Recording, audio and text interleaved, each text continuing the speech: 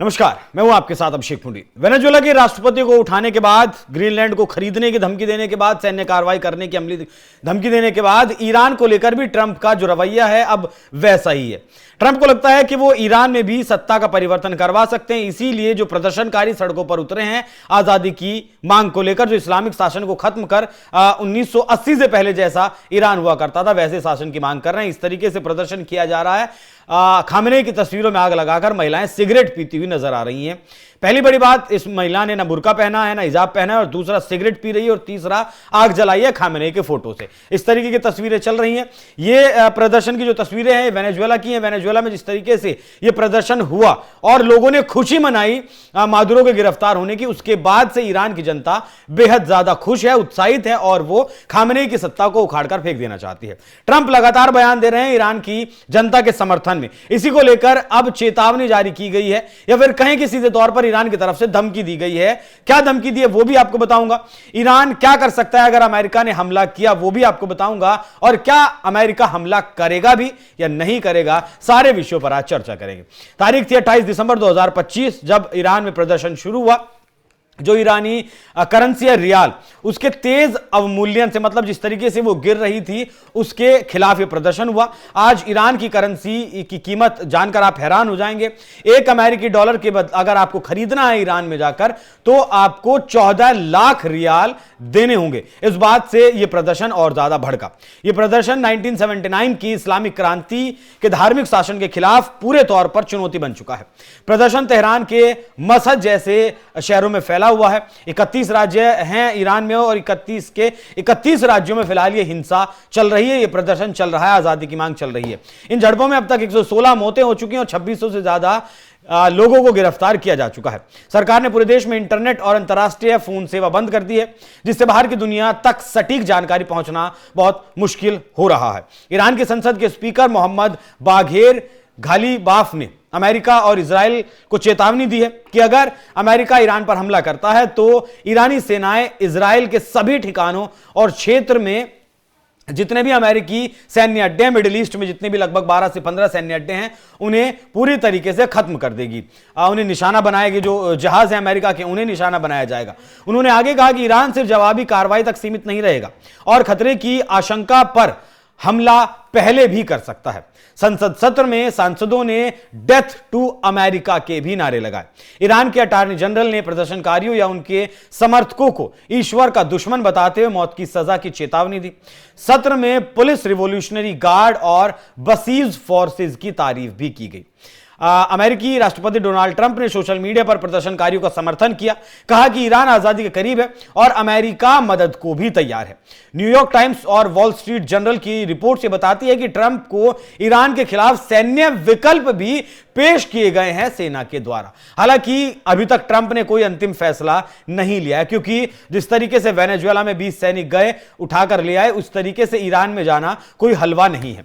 अमेरिकी विदेश विभाग ने ट्रंप की धमकियों को हल्के में ना लेने की ईरान को सलाह दी है। अगर अमेरिका हमला करता है तो क्या होगा, अब इस विषय पर अगर सोचें, हालांकि चांसेस 1% हैं कि अमेरिका ईरान पर हमला करेगा।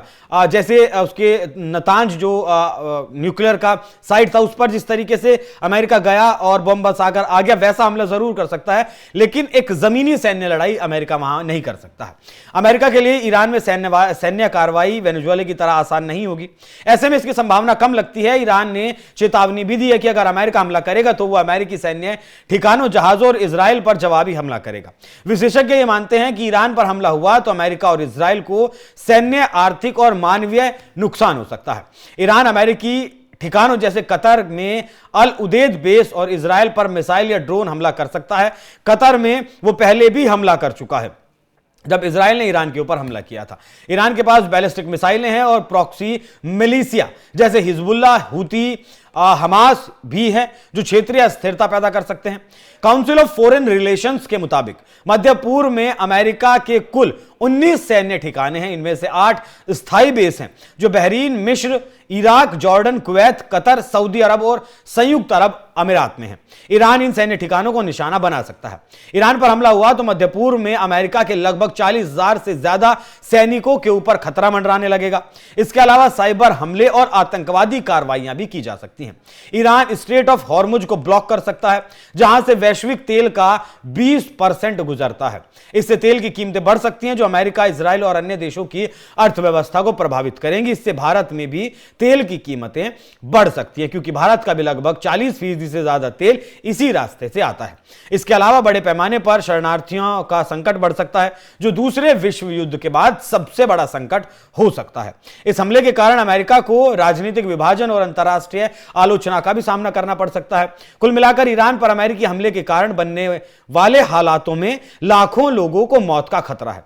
इसके अलावा अमेरिका को ट्रिलियंस ऑफ डॉलर की आर्थिक नुकसान उठाना पड़ सकता है।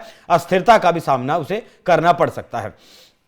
यह भी हम दरकिरार नहीं कर सकते कि ईरान जवाबी हमला करेगा, लेकिन साथ में हम इस बात को भी नहीं भूल सकते हैं कि अमेरिका ने पहले भी ईरान के ऊपर हमले किए हैं। बात 1953 की करें तो CIA द्वारा समर्थित तख्तापलट ईरान में हुआ, जिसमें ईरानी प्रधानमंत्री मोहम्मद मोसद्देक को हटाया गया। 1980 से 1988 के बीच में ईरान इराक युद्ध में भी अमेरिका ने इराक को समर्थन दिया।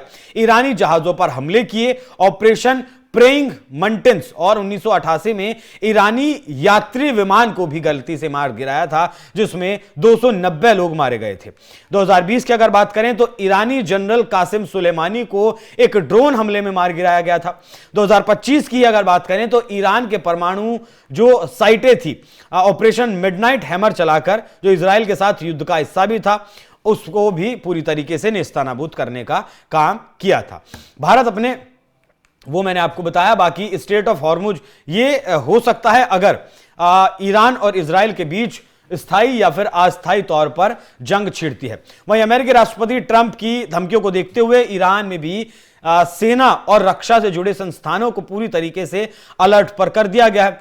ट्रंप ने हाल ही में बयान दिया कि ईरान स्वतंत्रता की तरफ आगे बढ़ रहा है और अमेरिका इसमें प्रदर्शनकारियों की हर तरह से मदद के लिए तैयार है। ईरान की सैन्य ताकत की अगर बात करें तो ईरान की जो सेना है वो दुनिया में 9वें नंबर पर आती है। मतलब अच्छी खासी सेना है।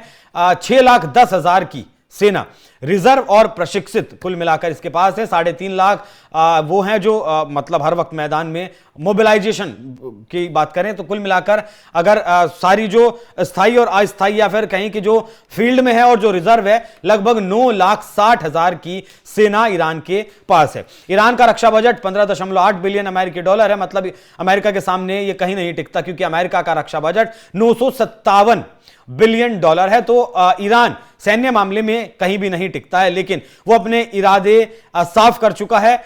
कतर में जो अमेरिका का एयरबेस है, 2025 में जब उसके ऊपर हमला किया था, हालांकि इस हमले की जानकारी भी पहले ही दे दी गई थी। लंबी दूरी की बैलिस्टिक मिसाइलें हैं, कम दूरी की मिसाइलें हैं, और आपका ड्रोन्स भी भारी मात्रा में ईरान के पास है। तो अमेरिका तक तो हमला नहीं कर पाएगा ईरान, लेकिन हां, जो मिडिल ईस्ट में 19 देश हैं उनको निशाना जरूर ईरान की तरफ से बनाया जा सकता है। लेकिन अगर ऐसा होता है, दोनों देशों के बीच जंग छिड़ती है, तो अमेरिका मतलब ज्यादा वक्त नहीं लगेगा और ईरान को पूरी तरीके से बर्बाद कर सकता है। बाकी खामेनेई के पास एक रास्ता है कि वो रशिया भाग सकते हैं। ब्रिटेन की एक अखबार ने प्लान बी के तौर पर इस खबर को प्रकाशित किया था कि ईरान के जो सुप्रीम लीडर हैं अयतुल्ला खामेनेई, वो रूस भागने की फिराक में हैं। तो अगर दोनों देशों के बीच लड़ाई छिड़ती है तो ये मान लीजिए कि दुनिया में तेल के दाम बहुत ज्यादा बढ़ सकते हैं, डबल जस्ट हो सकते हैं, $150 प्रति बैरल तक भी ये पहुंच सकते हैं। बाकी आप लोग इस विषय पर क्या सोचते हैं, कमेंट बॉक्स में अपनी राय जरूर दीजिएगा। नमस्कार।